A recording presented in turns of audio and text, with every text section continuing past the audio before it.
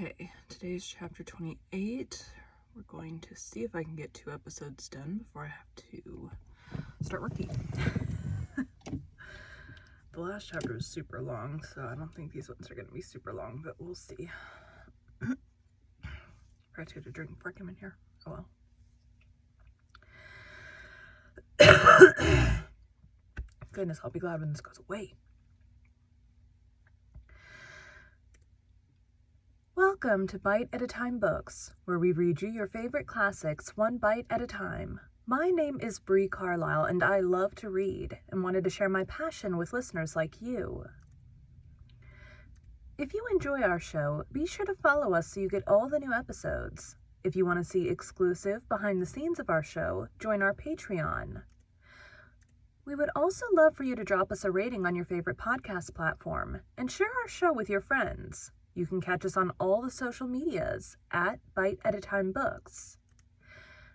We are now part of the Bite at a Time Books Productions Network. If you ever wondered what inspired your favorite classic novelists to write their stories, what was happening in their lives or the world at the time, check out Bite at a Time Books Behind the Story wherever you listen to podcasts. Today we will be continuing Jane Eyre by Charlotte Bronte.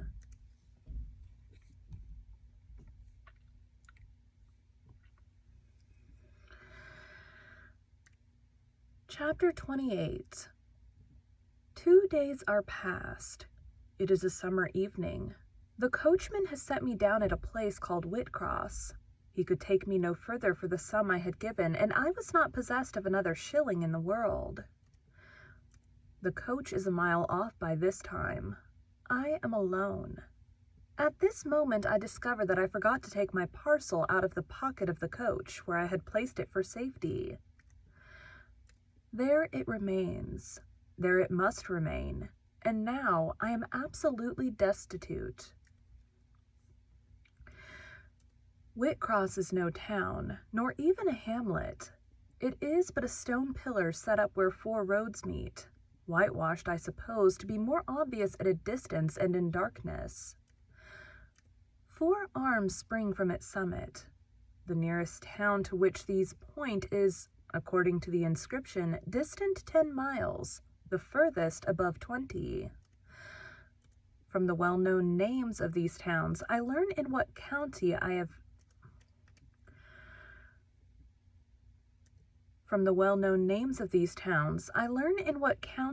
lighted, a North Midland shire, dusk with moorland, ridged with mountain. This I see. There are great moors behind and on each hand of me. There are waves of mountains far beyond that deep valley at my feet. The population here must be thin, and I see no passengers on these roads. They stretch out east, west, north, and south, white, broad, lonely. They are all cut in the moor, and the heather grows deep and wild to their very verge. Yet a chance traveler might pass by, and I wish no eye to see me now. Strangers would wonder what I am doing, lingering here at the signpost, evidently objectless and lost. I might be questioned. I could give no answer but what would sound incredible and excite suspicion. Not a tie holds me to human society at this moment. Not a charm or hope calls me where my fellow creatures are. None that saw me would have a kind thought or a good wish for me. I have no relative but the universal mother, nature. I will seek her breast and ask repose. I struck straight into the heath. I held on to a hollow I saw deeply furrowing the brown moorside. I waded knee-deep in its dark growth. I turned with its turnings, and finding a moss-blackened granite crag in a hidden angle, I sat down under it. High banks of moor were about me. The crag protected my head. The sky was over that.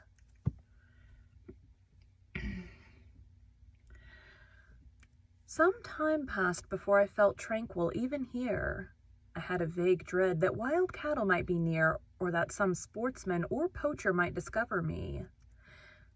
If a gust of wind If a gust of wind swept the waste, I looked up, fearing it was the rush of a bull. If a plover whistled, I imagined it a man. Finding my apprehensions unfounded, however, and calmed by the deep silence that reigned as evening declined at nightfall, I took confidence. As yet, I had not thought. I had only listened, watched, dreaded. Now I regained the faculty of reflection. What was I to do? Where to go? Oh, intolerable questions, when I could do nothing and go nowhere, when a long way must yet be measured by my weary, trembling limbs before I could reach human habitation.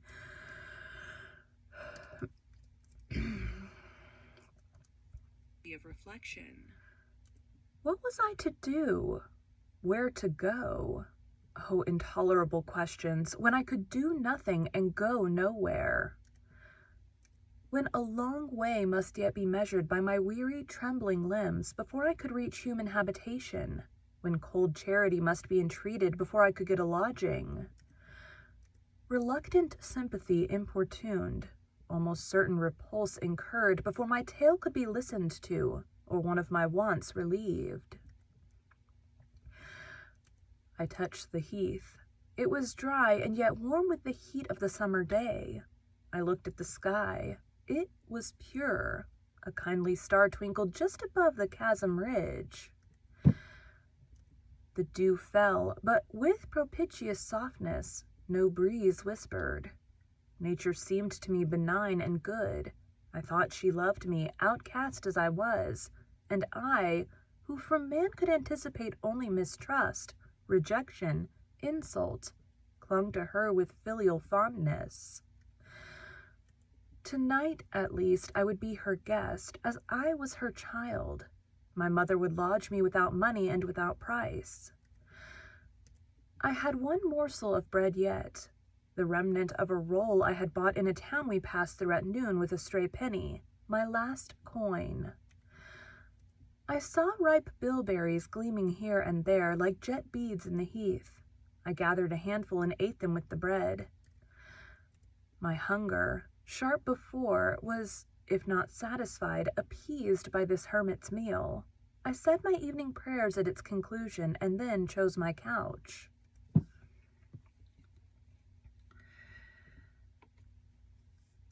Beside the crag, the heath was very deep. When I lay down, my feet were buried in it. Rising high on each side, it left only a narrow space for the night air to invade. I folded my shawl double and spread it over me for a coverlet. A low, mossy swell was my pillow. Thus lodged, I was not, at least at the commencement of the night, cold. My rest might have been blissful enough. Only a sad heart broke it. It plained of its gaping wounds, its inward bleeding, its riven cords. It trembled for Mr. Rochester and his doom. It bemoaned him with bitter pity. It demanded him with ceaseless longing, and impotent as a bird with both wings broken, it still quivered its shattered pinions in vain attempts to seek him. Worn out with this torture of thought, I rose to my knees. Night was come, and her planets were risen. A safe, still night, too serene for the companionship of fear.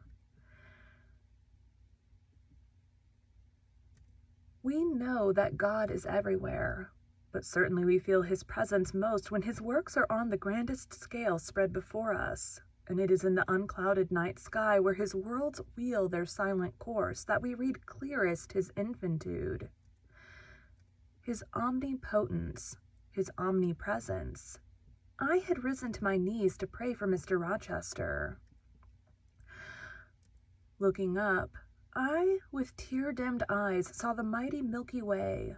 Remembering what it was, what countless systems there swept space like a soft trace of light, I felt the might and strength of God. Sure was I of his efficacy to save what he had made. Convinced I grew that neither earth should perish, nor one of the souls it treasured. I turned my prayer to thanksgiving. The source of life was also the savior of spirits. Mr. Rochester was safe. He was God's, and by God would he be guarded. I again nestled to the breast of the hill, and ere long in sleep forgot sorrow. But next day, want came to me pale and bare, long after the little birds had left their nests, long after bees had come in the sweet prime of day to gather the heath honey before the dew was dried, when the long morning shadows were curtailed, and the sun filled earth and sky. I got up, and I looked round me.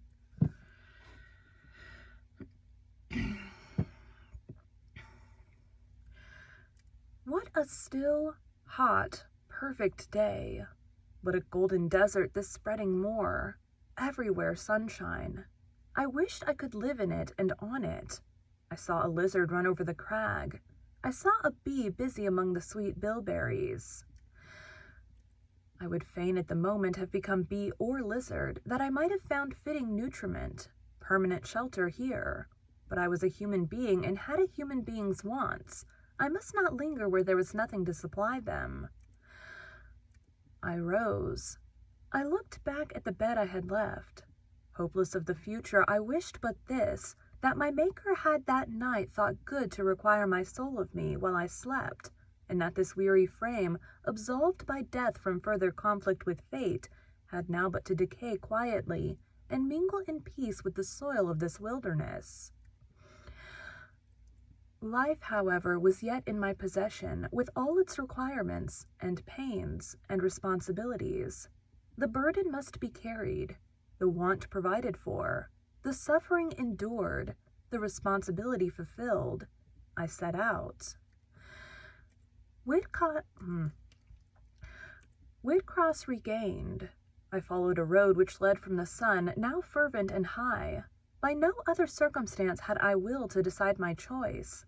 I walked a long time, and when I thought I had nearly done enough, and might conscientiously yield to the fatigue that almost overpowered me, might relax this forced action, and sitting down on a stone I saw near, submit resistlessly to the apathy that clogged heart and limb, I heard a bell chime, a church bell. I turned in the direction of the sound, and there, amongst the romantic hills whose changes in aspect I had ceased to note an hour ago, I saw a hamlet and a spire. All the valley at my right hand was full of pasture fields and cornfields and wood, and a glittering stream ran zigzag through the varied shades of green, the mellowing grain, the somber woodland, the clear and sunny lay. Recalled by the rumbling of wheels to the road before me, I saw a heavily laden wagon laboring up the hill, and not far beyond were 2 cows and their drover. Human life and human labor were near. I must struggle on, strive to live and bend to toil like the rest.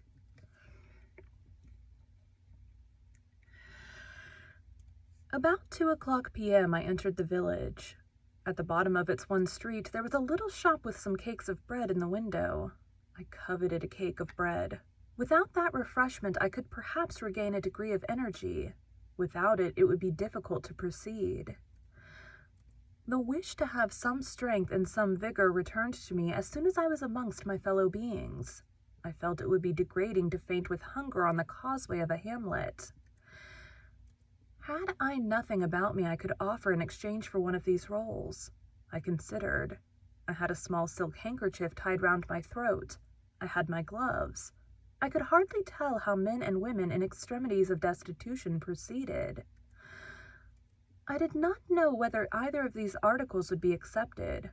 Probably they would not, but I must try. I entered the shop.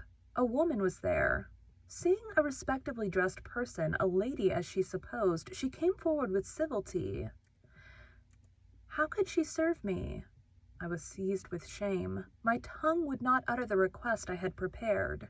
I dared not offer her the half-worn gloves, the creased handkerchief. Besides, I felt it would be absurd. I only begged permission to sit down a moment, as I was tired. Disappointed in the expectation of a customer, she coolly acceded to my request. She pointed to a seat. I sank into it. I felt sorely urged to weep, but conscious how unreasonable such a manifestation would be. I felt sorely urged to weep, but conscious how unseasonable such a manifestation would be, I restrained it. Soon I asked her if there were any dressmaker or plain workwoman in the village. Yes, 2 or 3, quite as many as there was employment for. I reflected. I was driven to the point now. I was brought face to face with necessity. I stood in the position of one without a resource, without a friend, without a coin. I must do something. What? I must apply somewhere. Where? Did she know of any place in the neighborhood where a servant was wanted? Nay, she couldn't say. What was the chief trade in this place? What did most of the people do?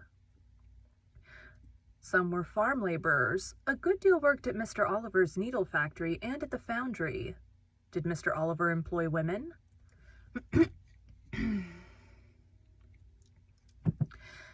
Nay, it was men's work. And what did the women do? I not, was the answer. Some does one thing, and some another. Poor folk mun get on as they can. She seemed to be tired of my questions, and indeed, what claim had I to importune her? A neighbor or two came in. My chair was evidently wanted. I took leave. I passed up the street, looking as I went at all the houses to the right hand and to the left, but I could discover no pretext, nor see an inducement to enter any.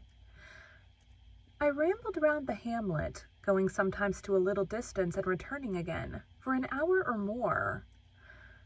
Much exhausted and suffering greatly now for want of food, I turned aside into a lane and sat down under the hedge. Ere many minutes had elapsed, I was again on my feet, however, and again searching something, a resource, or at least an informant. A pretty little house stood at the top of the lane with a garden before it. A pretty little house stood at the top of the lane with a garden before it, exquisitely neat and brilliantly blooming. I stopped at it. What business had I to approach the white door or touch the glittering knocker? In what way could it possibly be the interest of the inhabitants of that dwelling to serve me? Yet I drew near and knocked. A mild-looking, clean-attired young woman opened the...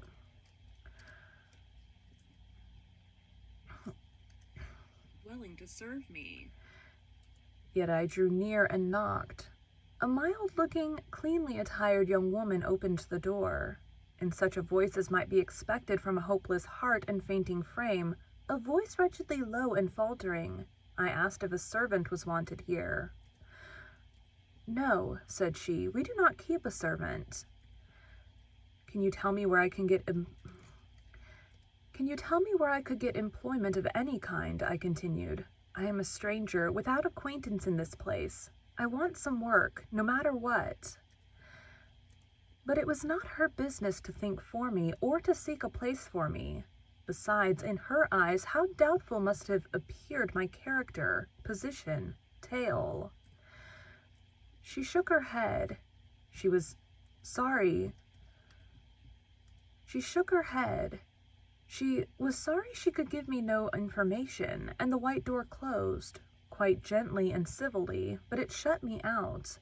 If she had held it open a little longer, I believe I should have begged a piece of bread, for I was now brought low.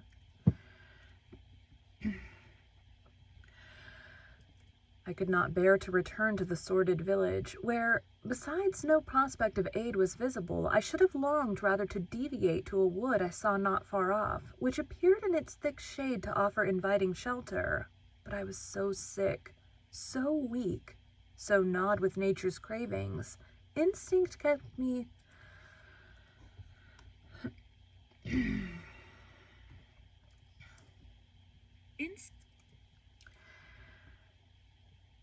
Instinct kept me roaming round abodes where there was a chance of food. Solitude would be no solitude, rest no rest, while the vulture, hunger, thus sank beak and talons in my side. I drew near houses. I left them and came back again and again. I wandered away. always repelled by the consciousness of having no claim to ask, no right to expect interest in my isolated lot. I have a hair tickling my eye.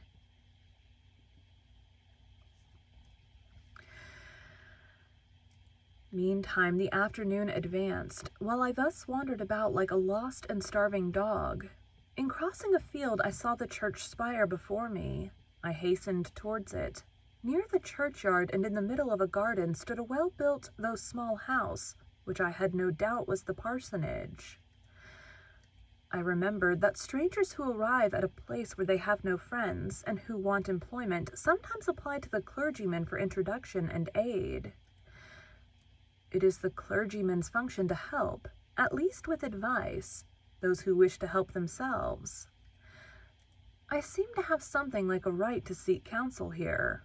Renewing then my courage and gathering my feeble remains of strength, I pushed on. I reached the house and knocked at the kitchen door. An old woman opened. I asked, was this the parsonage? Yes. Was the clergyman in? No. Would he be in soon? No, he was gone from home. To a distance? Not so far. Happened 3 mile. He had been called away by the sudden death of his father. He was at Marsh End now and would very likely stay there a fortnight longer. Was there any lady of the house? Nay, there was not but her, and she was a housekeeper. And of her, reader, I could not bear to ask the relief for want of which I was sinking. I could not yet beg, and again I crawled away.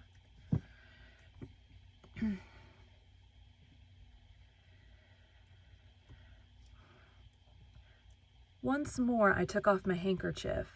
Once more I thought of the cakes of bread in the little shop. Oh, for but a crust, for but one mouthful to allay the pang of famine. Instinctively, I turned my face again to the village. I found the shop again, and I went in. And though others were there besides the woman, I ventured the request. Would she give me a roll for this handkerchief?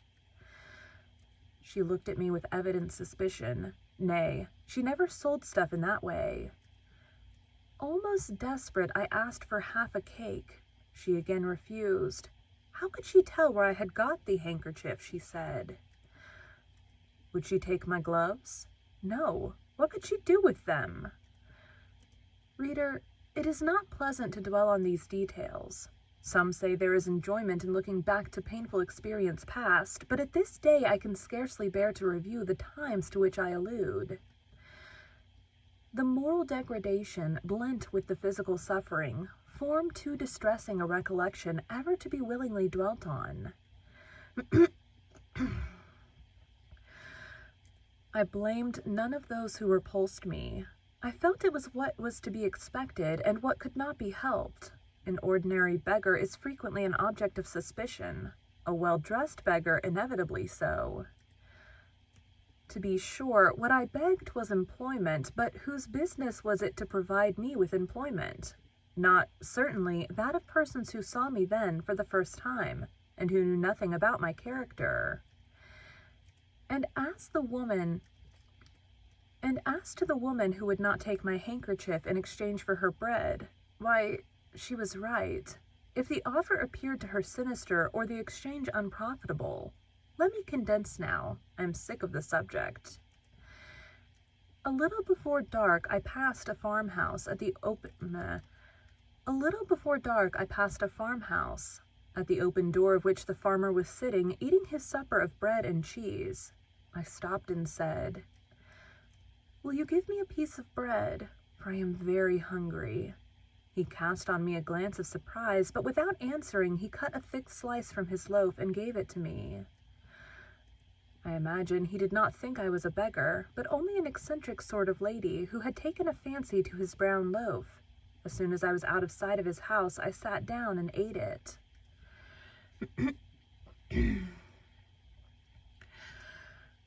I could not hope to get a lodging under a roof, and sought it in the wood I have before alluded to. But my night was wretched, my rest broken. The ground was damp, the air cold. Besides, intruders passed near me more than once, and I had again and again to change my quarters. No sense of safety or tranquility befriended me. Towards morning it rained. The whole of the following day was wet.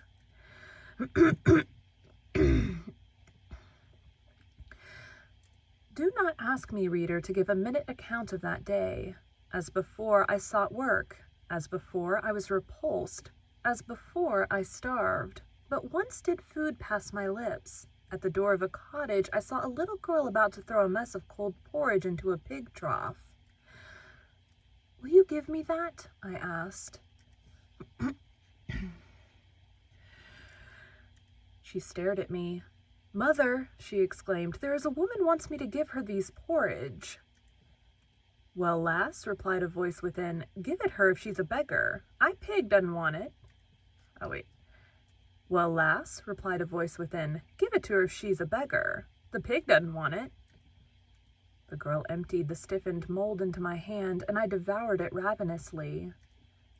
As the wet twilight deepened, I stopped in a solitary bridle path which I had been pursuing an hour or more.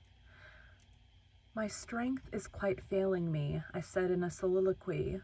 "I feel I cannot go much further. Shall I be outcast again this night? While the rain descends so, must I lay my head on the cold, drenched ground? I fear I cannot do otherwise, for who will receive me? But it will be very dreadful with this feeling of hunger, faintness, chill, and this sense of desolation, this total prostration of hope. In all likelihood, though, I should die before morning, and why cannot I reconcile myself to the prospect of death? Why do I struggle to retain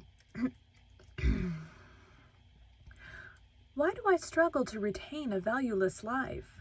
Because I know or believe Mr. Rochester is living, and then to die of want and cold is a fate to which nature cannot submit passively.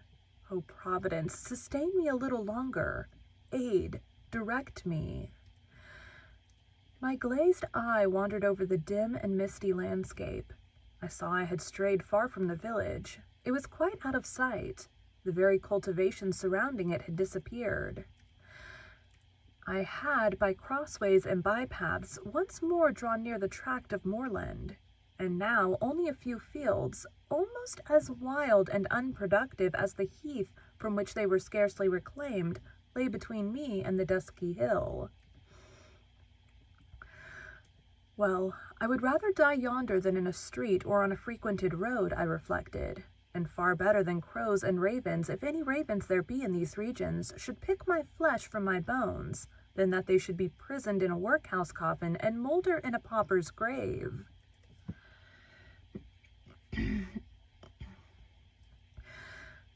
To the hill, then, I turned. I reached it. It remained now only to find a hollow where I could lie down and feel at least hidden, if not secure. But all the surface of the waste looked level. It showed no variation, but of tint, green, where rush and moss overgrew the marshes, black where the dry soil bore only heath. Dark as it was getting, I could still see these changes, though but as mere alterations of light and shade, for color had faded with the daylight. My eyes still roved over the sullen swell and along the moor edge, vanishing amidst the wild scenery, when at one dim point, far in among the marshes and the ridges, a light sprang up. That is an ignis fatuus, was my first thought, and I expected it would soon vanish. It burnt on, however, quite steadily, neither receding nor advancing. "Is it then a bonfire just kindled?" I questioned. I watched to see whether it would spread, but no, as it did not diminish, so it did not enlarge. "It may be a candle in a house," I then conjectured, "but if so, I can never reach it. It is much too far away, and were it within a yard of me, what would it avail? I should but knock at the door to have it shut in my face." And I sank down where I stood and hid my face against the ground. I lay still a while. The night wind swept over the hill and over me and died moaning in the distance. The rain fell fast, wetting me afresh to the skin. Could I have but stiffened to the still frost, the friendly numbness of death, it might have pelted on. I should not have felt it, but my yet living flesh shuddered at its chilling influence. I rose ere long. The night was yet there, shining dim but constant through the rain. I tried to walk again. I dragged my exhausted limbs slowly towards it. It led me aslant over the hill, though a wide bog which would have been impassable in winter. I messed that up. Rose ere long. The light was yet there, shining dim but constant through the rain. I tried to walk again. I dragged my exhausted limbs slowly towards it. It led me aslant over the hill, through a wide bog which would have been impassable in winter, and was splashy and shaking even now, in the height of summer. Here I fell twice, but as often I rose and rallied my faculties. This light was my forlorn hope. I must gain it.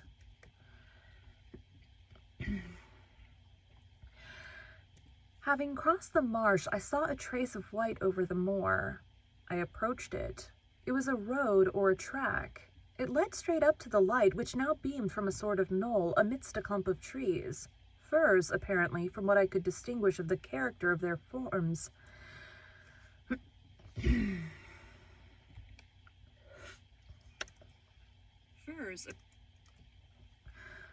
Firs, apparently, from what I could distinguish of the character of their forms and foliage through the gloom. My star vanished as I drew near. Some obstacle had intervened between me and it. I put out my hand to feel the dark mass before me.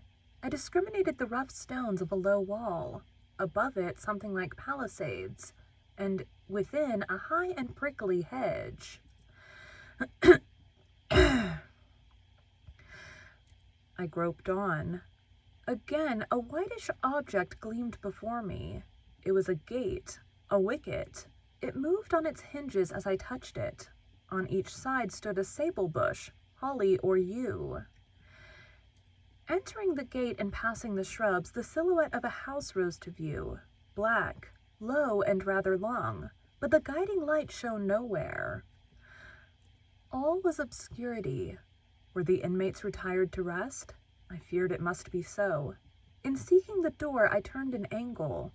There shot out the friendly gleam again, from the lozenged panes of a very small latticed window, within a foot of the ground. Excuse me. Made still smaller by the growth of ivy or some other creeping plant whose leaves clustered thick over the portion of the house wall in which it was set. The aperture was so screened and narrow that curtain or shutter had been deemed unnecessary, and when I stooped down and put aside the spray of foliage shooting over it, I could see all within. I could see clearly a room with a sanded floor, clean scoured, a dresser of walnut with pewter plates ranged in rows, reflecting the redness and radiance of a glowing peat fire. I could see a clock, a white deal table, some chairs. The candle whose ray had been my beacon burned on the table, and by its light an elderly woman, somewhat rough-looking, but somewhat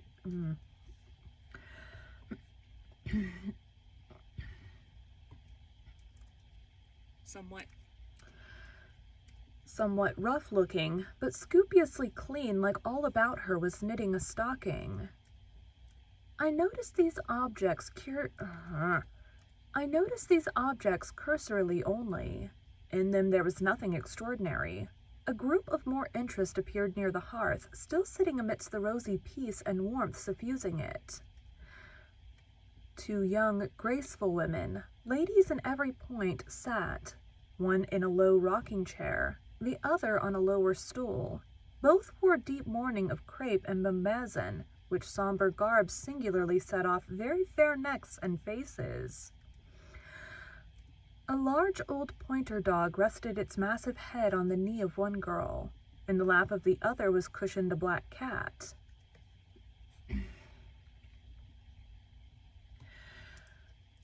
A strange place was this humble kitchen for such occupants. Who were they? They could not be the daughters of the elderly person at the table, for she looked like a rustic, and they were all delicacy and cultivation. I had nowhere seen such faces as theirs, and yet, as I gazed on them, I seemed intimate with every lineament.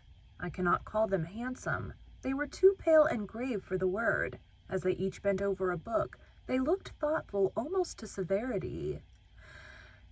A stand between them supported a second candle and 2 great volumes, to which they frequently referred, comparing them seemingly with the smaller books they held in their hands, like people consulting a dictionary to aid them in the task of translation. This scene was as silent as if all the figures had been shadows and the firelit apartment a picture. So hushed was it I could hear the cinders fall from the grate, the clock tick in its obscure corner, and I even fancied I could distinguish the click-click of the woman's knitting needles. When, therefore, a voice broke the strange stillness at last, it was audible enough to me. "Listen, Diana," said one of the absorbed students. "Franz and old Daniel are together in the night-time, and Franz is telling a dream from which he has awakened in terror. Listen." And in a low voice she read something of which not one word was intelligible to me, for it was an unknown tongue, neither French nor Latin. Whether it was Greek or German I could not tell. "That is strong," she said when she had finished. "I relish it." The other girl, who had lifted her head to listen to her sister, repeated while she gazed at the fire a line from what had been read. At a later day I knew the language in the book. Therefore I will here quote the line, though when I first heard it, it was only like a stroke on sounding brass to me, conveying no meaning. Oh gosh, it's German. "De Trathöver einer, and sehen wie die Zernacht. Good, good," she exclaimed, while her dark and deep eyes sparkled. "There you have dim and mighty archangel, There you have a dim and mighty archangel, fitly set before you. The line is worth 100 pages of fustian. Ich was die Gedenken in der Scale means Zornis, und die Work mit dem Gitwich meins Grimms. I like it." Both again were silent. Both were again silent.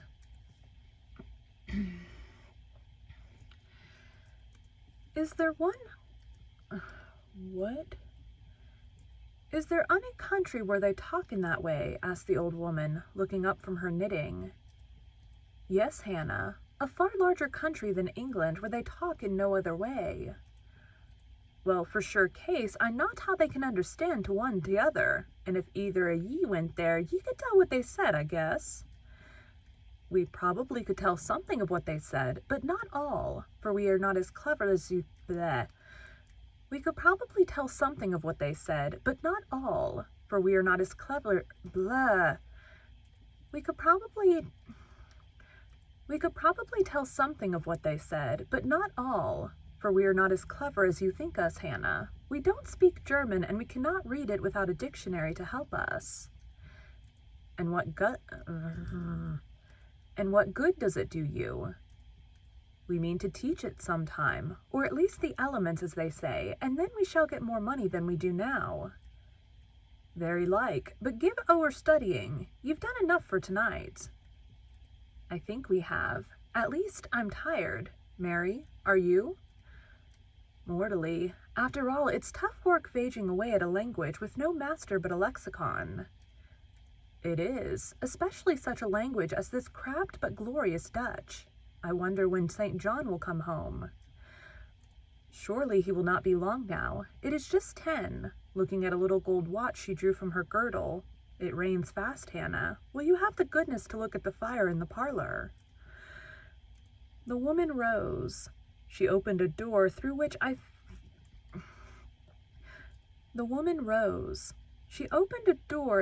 dimly saw a passage.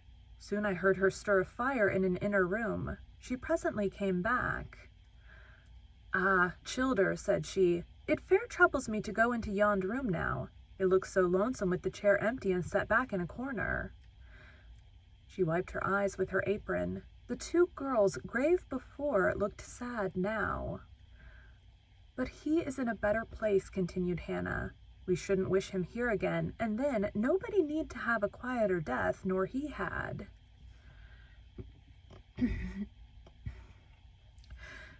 "You say he never mentioned us?" inquired one of the ladies. "He hadn't time, bairn. He was gone in a minute, was your father.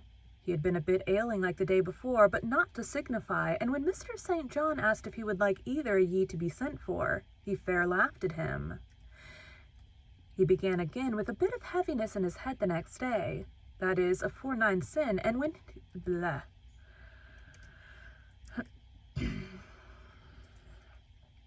He fair laughed at him. He began again with a bit of heaviness in his head the next day, that is, a 4-9 sin, and he went to sleep and ne'er wakened. He wore a most stark when your brother went in to chamber and fanned him. Childer, that's the last of the old stock, for ye and Mr. St. John is like of a different sort to them. It's gone, for all your mother were Mitch i' your way, and a most a book learned, she were the picture o' ye, Mary. Diana is more like your father. I thought them so similar, I could not tell where the old servant, for such I now concluded her to be, saw the difference. Both were fair-complexioned and slenderly made. Both possessed faces full of distinction and intelligence. One, to be sure, had hair a shade darker than the other, and there was a difference in their style of wearing it. Mary's pale brown locks were parted and braided smooth. Diana's duskier tresses covered her neck with thick curls. The clock struck 10. "You'll want your supper, I am sure," observed Hannah, "and so will Mr. St. John when he comes in." And she proceeded to prepare the meal. The ladies rose. They seemed about to withdraw to the parlor. Till this moment I had been so intent on watching them. Their appearance and conversation had excited in me so keen an interest. I had half forgotten my own wretched position. Now it recurred to me. More desolate, more desperate than ever, it seemed from contrast. And how impossible did it appear to touch the inmates of this house with concern on my behalf, to make them believe in the truth of my wants and woes, to induce them to vouchsafe a rest for my wanderings. As I groped out the door and knocked at it hesitatingly, I felt the last idea to be a mere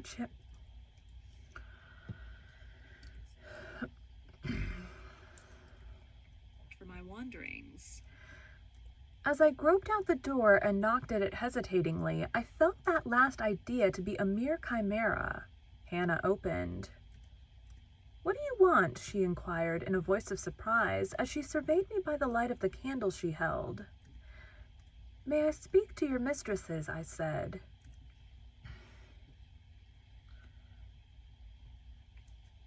"You had better tell me what you have to say to them. Where do you come from?" "I am a stranger." "What is your business?" Blah.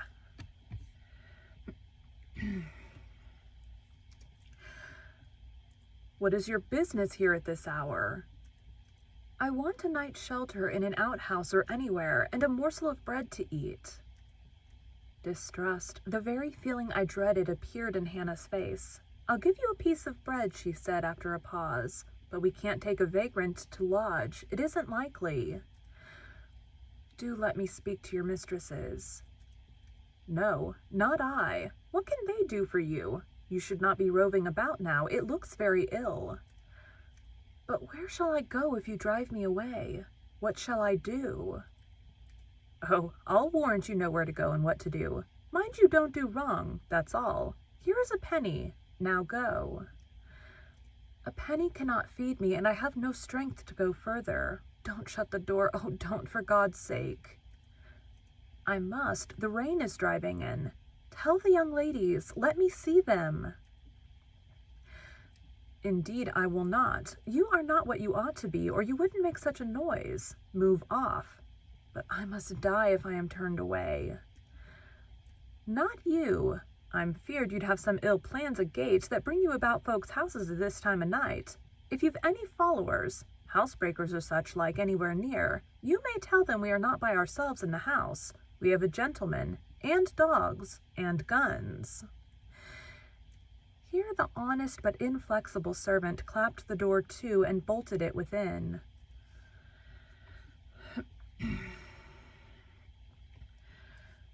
This was the climax. A pang of exquisite suffering, a throe of true despair, rent and heaved my heart. Worn out indeed I was, not another step could I stir. I sank on the wet doorstep. I groaned. I wrung my hands. I wept in utter anguish. Oh, this specter of death. Oh, this last hour approaching in such horror. Alas, this isolation, this banishment from my kind. Not only the anchor of hope, but the footing of fortitude was gone, at least for a moment, but the last I soon endeavored to regain. "I can but die," I said, "and I believe in God. Let me try to wait his will in silence." These words I not only thought, but uttered, and thrusting back all my misery into my heart, I made an effort to compel it to remain there, dumb and still. "All men must die," said a voice quite close at hand, "but all are not condemned to meet a lingering and premature doom such as yours would be if you perished here of want." "Who or what speaks?" I asked, terrified at the unexpected sound and incapable now of deriving from any occurrence a hope of aid. A form was near. What form? The pitch-dark night and my enfeebled vision prevented me from distinguishing. With a loud knock, the newcomer appealed to the door. "Is it you, Mr. St. John?" cried Hannah. Yes, open quickly." "Well, how wet and cold you must be, such a wild night as it is. Come in. Your sisters are quite uneasy about you, and I believe there are bad folks about. There has been a beggar woman. I declare she is not gone yet. Laid down there. Get up, for shame. Move off, I say." "Hush, Hannah.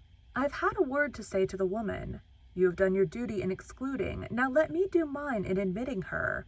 I was near and listened to both you and her. I think this is a peculiar case. I must at least examine into it. Young woman, rise and pass before me into the house." We almost to the end of this dang chapter.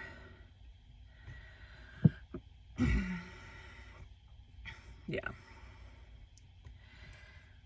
With difficulty I obeyed him. Presently I stood within that clean, bright kitchen on the very hearth, trembling, sickening, conscious of an aspect in the last degree ghastly, wild, and weather-beaten. The two ladies, their brother, Mr. St. John, the old servant were all gazing at me. "St. John, who is it?" I heard one ask. "I cannot tell. I found her at the door," was the reply. "She does look white," said Hannah.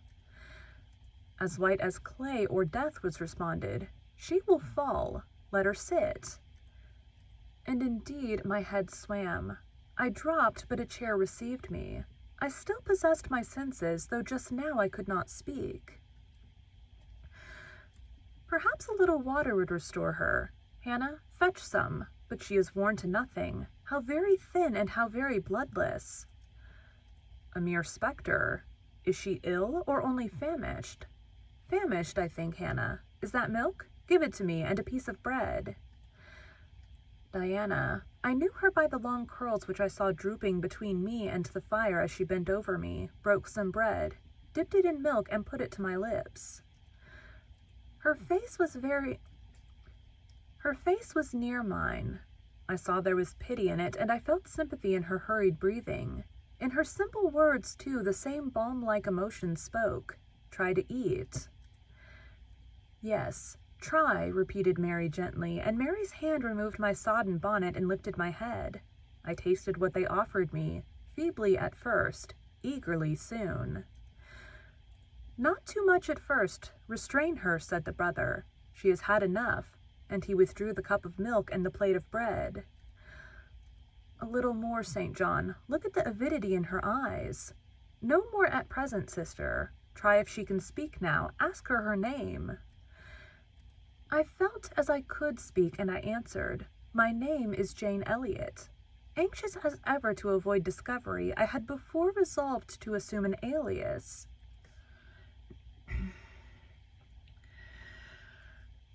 And where do you live? Where are your friends? I was silent. Can we send for anyone you know? I shook my head. What account can you give of yourself? Somehow, now that I had once crossed the threshold of this house, and once was brought face to face with its owners, I felt no longer outcast, vagrant, and disowned by the wide world.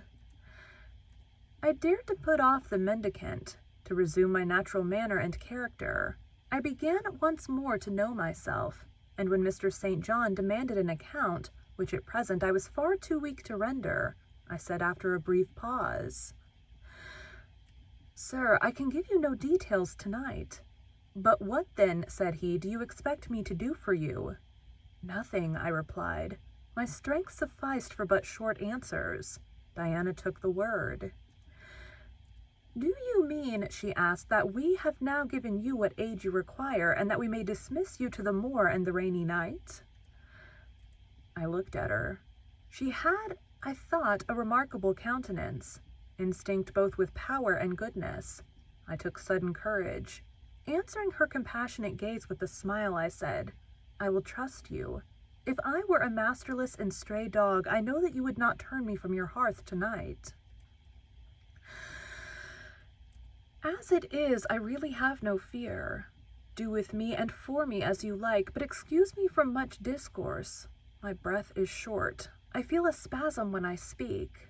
All three surveyed me, and all three were silent. Hannah, said Mr. St. John at last, "let her sit there at present and ask her no questions. In 10 minutes more, give her the remainder of the milk and bread. Mary and Diana, let us go into the parlor and talk the matter over."